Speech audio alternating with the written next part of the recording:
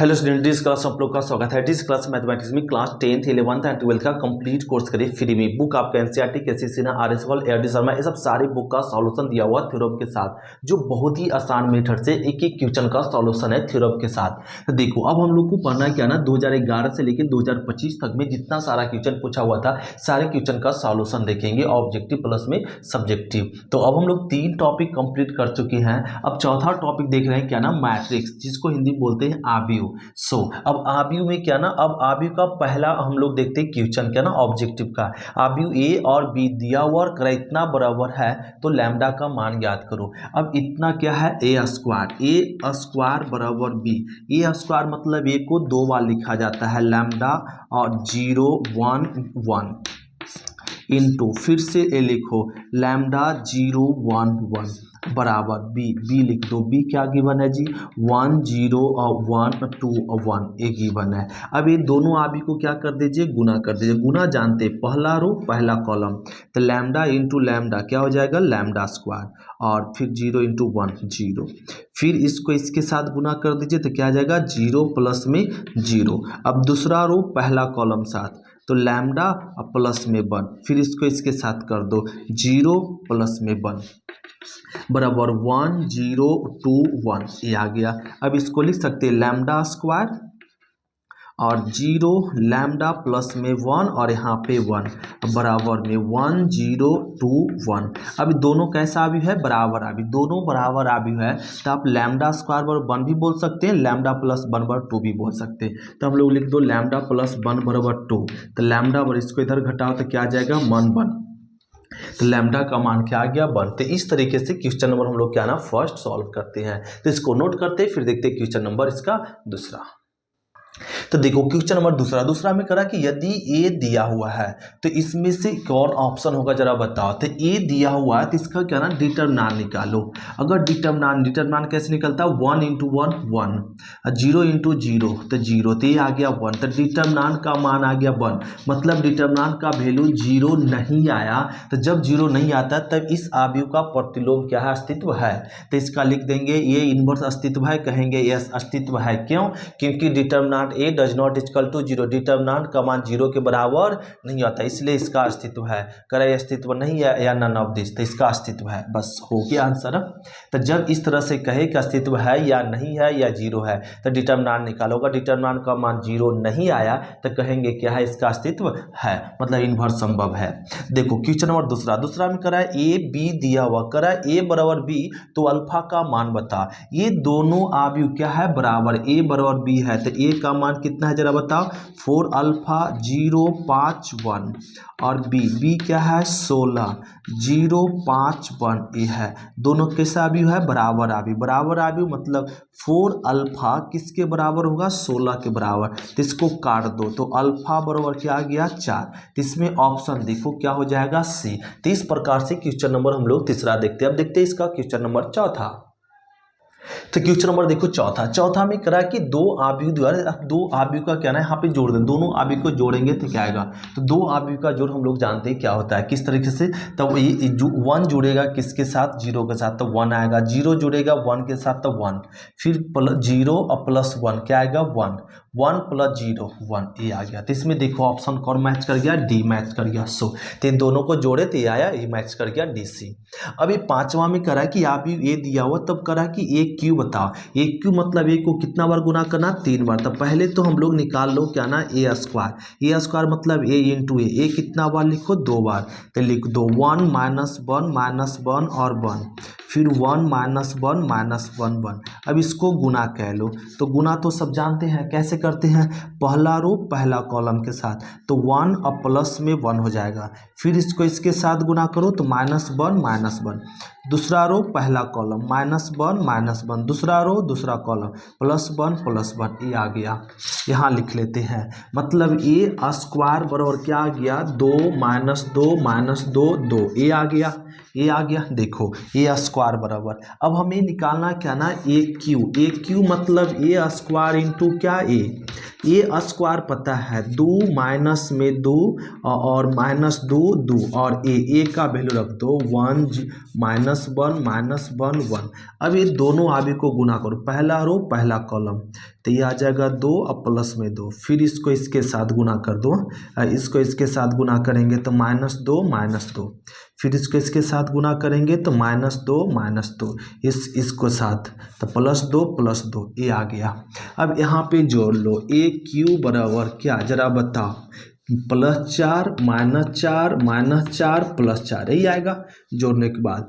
इससे देखो तो सब में 4 कॉमन है, तो 4 कॉमन लेंगे तो 1 -1 1 ये आएगा, 4 रहने दो। अब देखो तो ये वापस आ गया इससे, इतना बराबर क्या है ए, तो इतना बराबर लिख देते हैं, तो ए क्यू बराबर क्या आ गया 4a आ गया। तो इसमें ऑप्शन नंबर क्या हो जाएगा, बी हो जाएगा।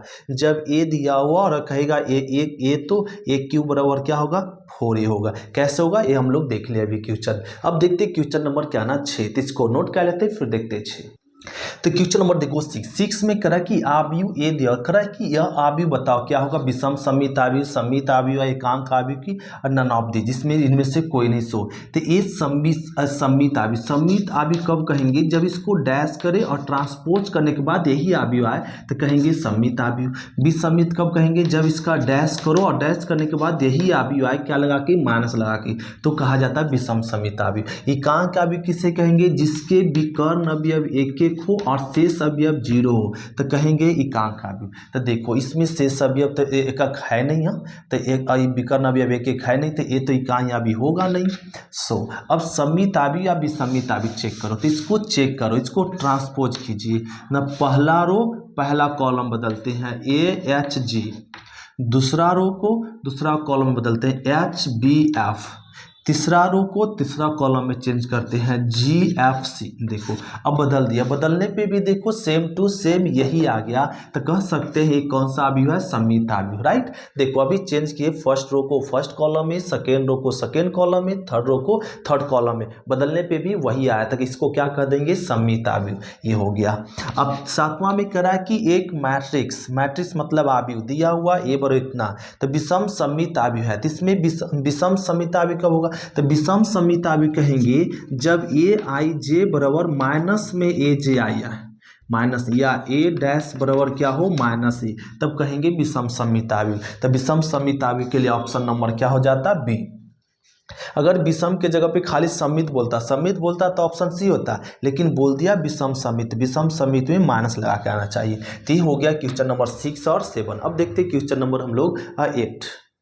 तो क्वेश्चन नंबर देखो 8 में करा कि आव्यूह ए तथा बी एक दूसरे के व्युत्क्रम आव्यूह होंगे। आव्यूह ए और बी एक दूसरे का क्या है, व्युत्क्रम आव्यूह होंगे। तो केवल अदित इसमें से कौन संभव है जब एक दूसरे का क्या होगा, व्युत्क्रम आव्यूह।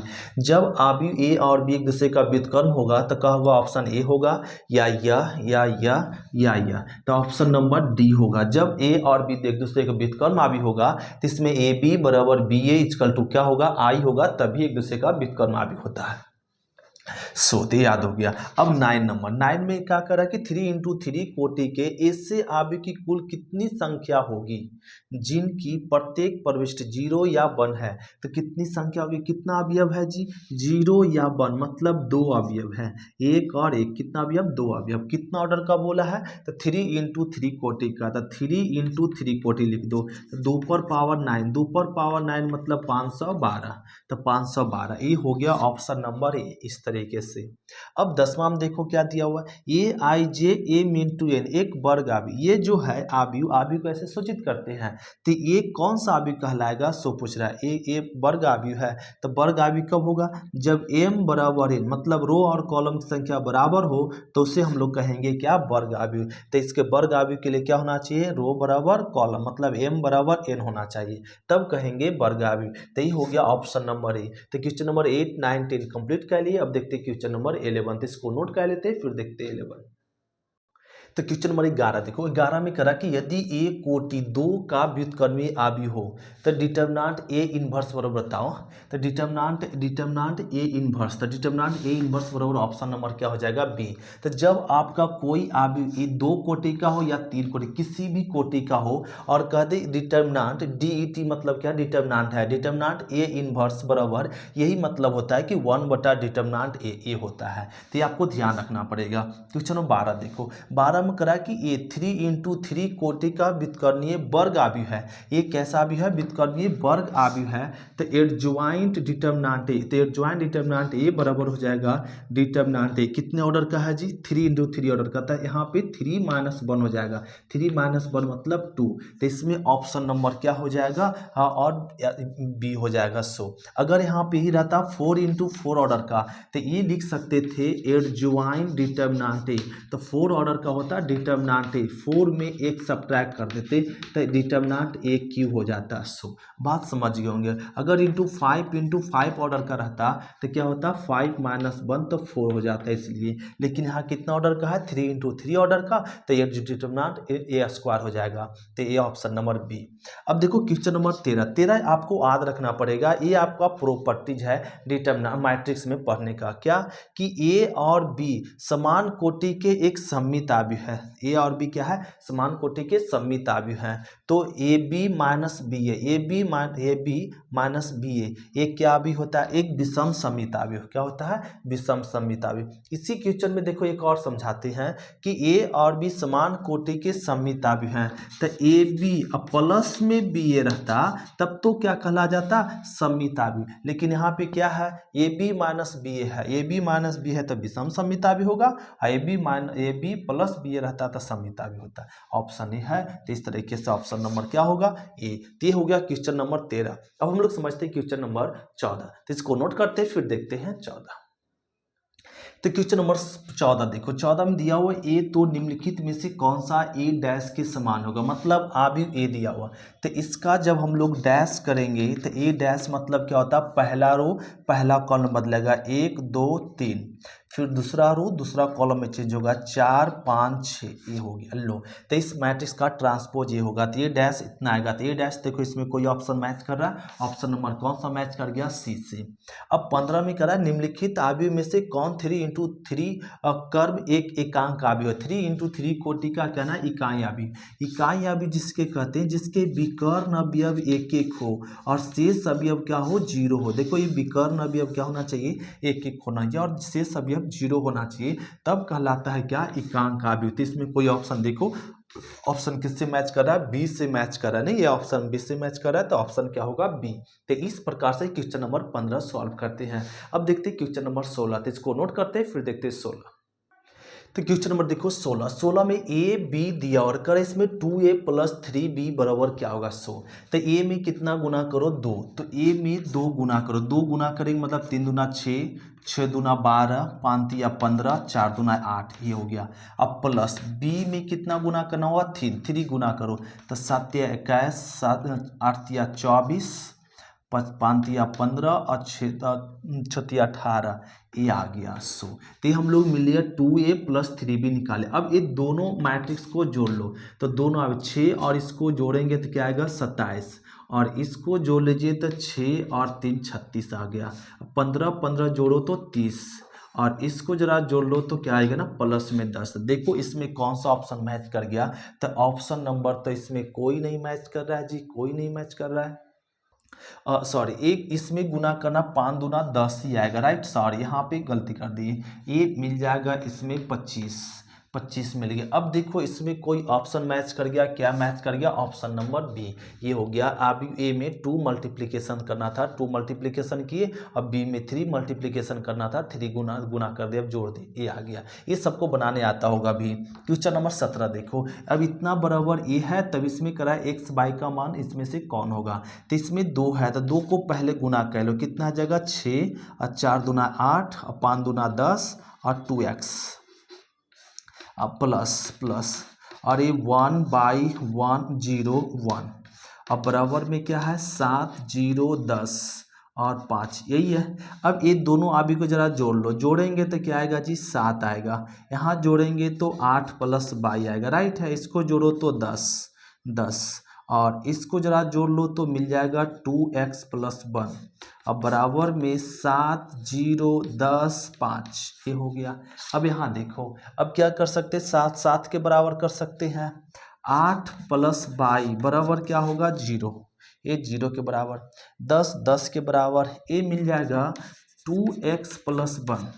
2x + 1 किसके बराबर, 5 के बराबर। 5 के बराबर कर लो तो यहाँ से y का मान मिल गया -8 और यहाँ से मिल गया प्लस में 4, तो x का मान क्या 2। तो x का मान 2, y का -8, x का मान 2, y का -8, ऑप्शन नंबर बी। तो ऐसे क्वेश्चन नंबर 16 और 17 कंप्लीट करते हैं। अब देखते हैं क्वेश्चन नंबर क्या ना 18, तो इसको नोट कर लेते फिर देखते हैं 18।